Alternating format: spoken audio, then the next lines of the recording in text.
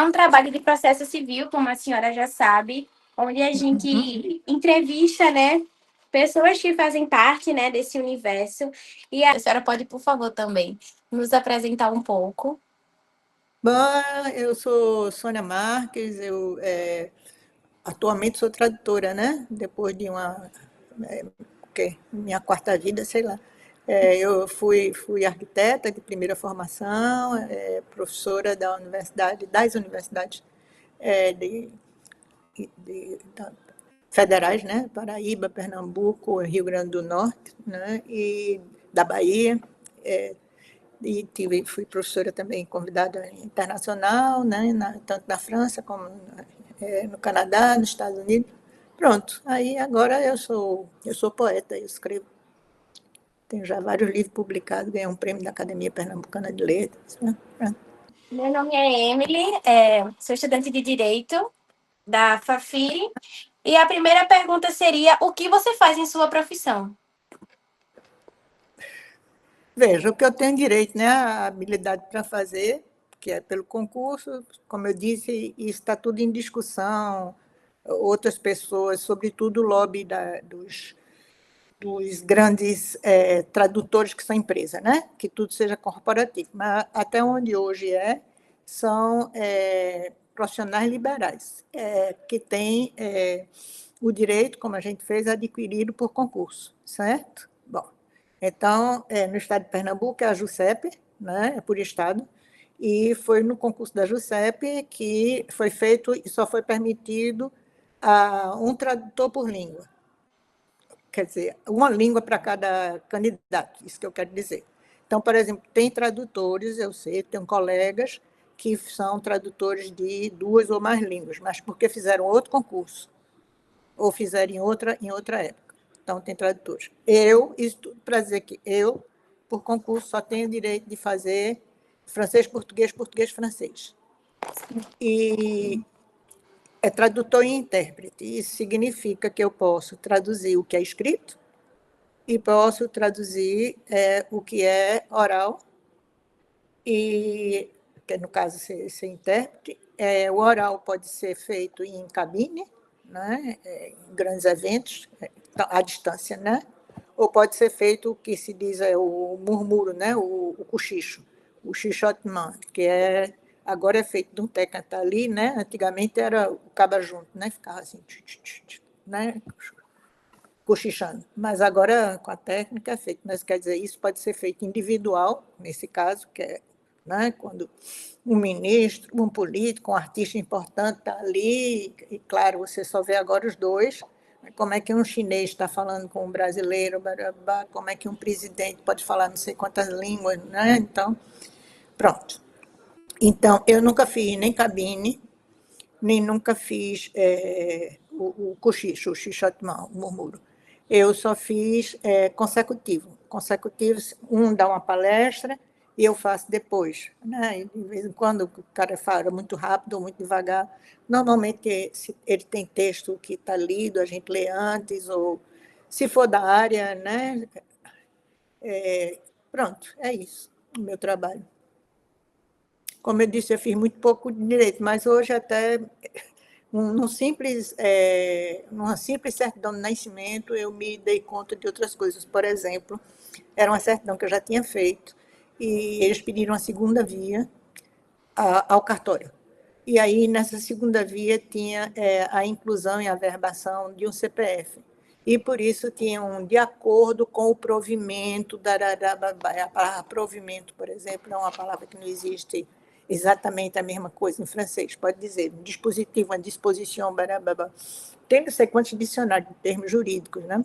E, às vezes, os melhores são portugueses, então, às vezes, também não correspondem, português de Portugal, que quer dizer, não corresponde ao direito brasileiro nem as mesmas coisas. E tem também vários colegas que botaram no glossário, né, que a gente estudou, eu um colega mais próximo, que já se aposentou, a gente se concentrou um pouco na questão do glossário jurídico, até porque não é minha área e não era dele, então a gente sabia que, né, como é um trabalho.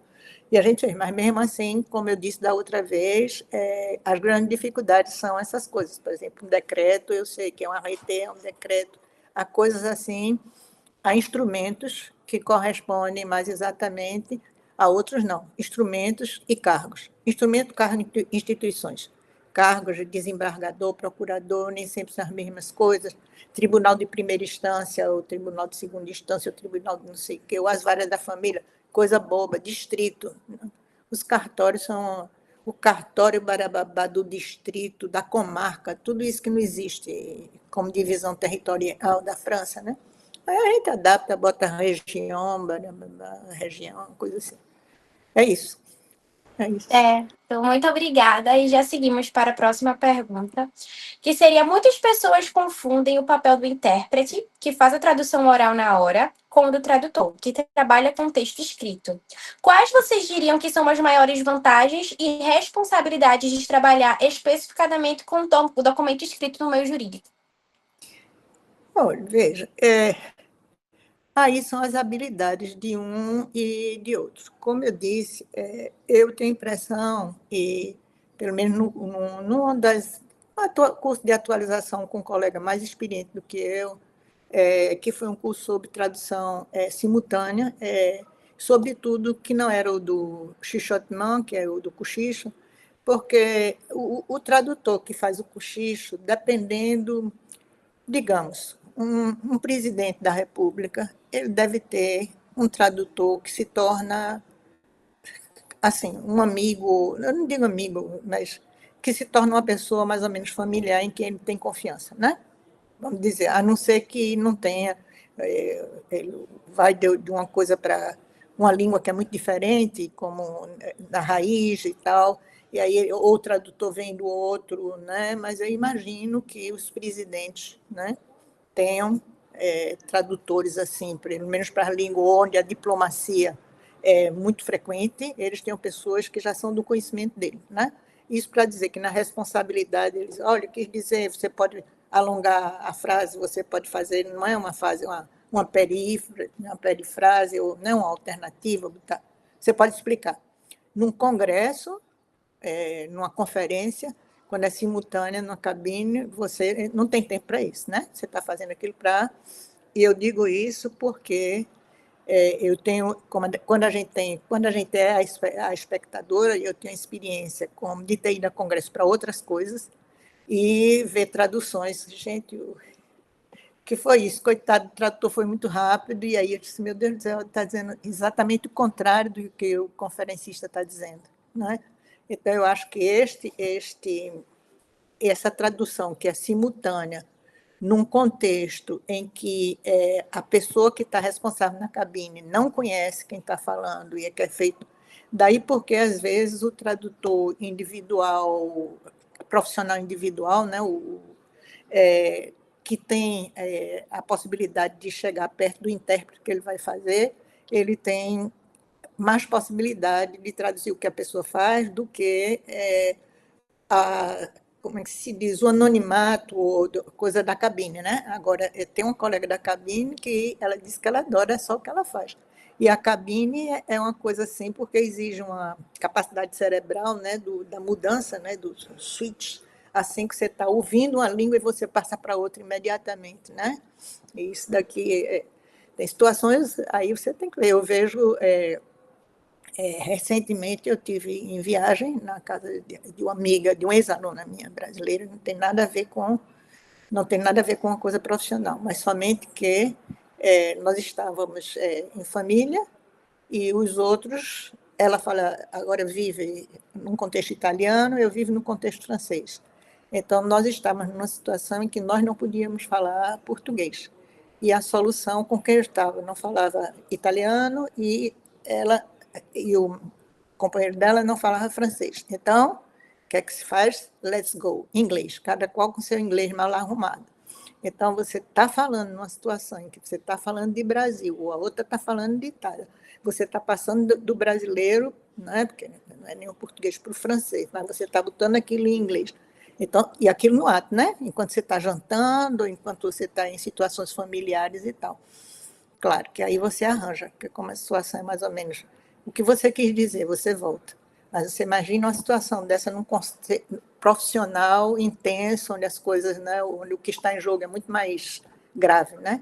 Eu acho complicado. Isso aí, fazer essa tradução simultânea em contexto como esse, eu acho que é onde mora o perigo, né? Eu até quis fazer isso, agora eu acho que eu não quero mais, não. É muito estresse. Quem não fez isso logo jovem, mas eu tenho uma colega que ela se autodefine. Quando a gente fez concurso, eu disse, é você, a gente conversando assim, eu sou a moça da cabine. Ela adora ser a moça da cabine, parece que é muito competente. Agradeço a resposta. Agora eu vou passar as perguntas para minha colega Débora e ela vai dar continuidade.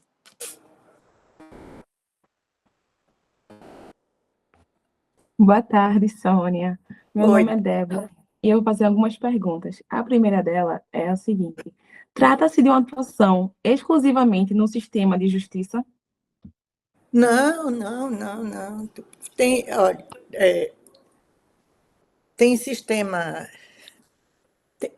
a juramentada, a oficial, pode ser em justiça, mas pode ser para várias outras coisas, certo?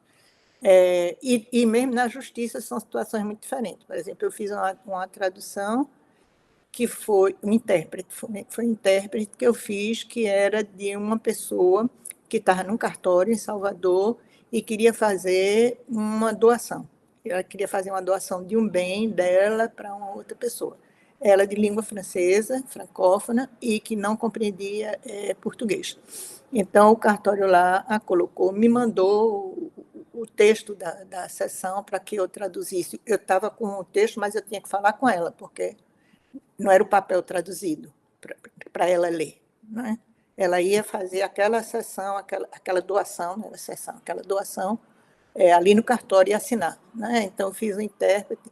Isso é um contexto de justiça, como é outro ato, mas há outros, como há muitos, por exemplo, que é só no papel, porque são de divórcio e guarda de filho. E quando é a vara de família, você vê situações assim, em que, detrás daquele texto jurídico, você tem um drama familiar, né? Ali você tem um filme cada vez, né?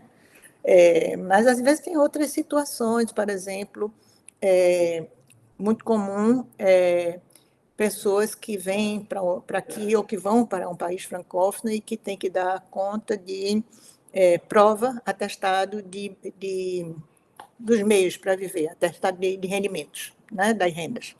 Então, isso são traduções que são feitas, mais ou menos, em geral, isso é feito no papel, né?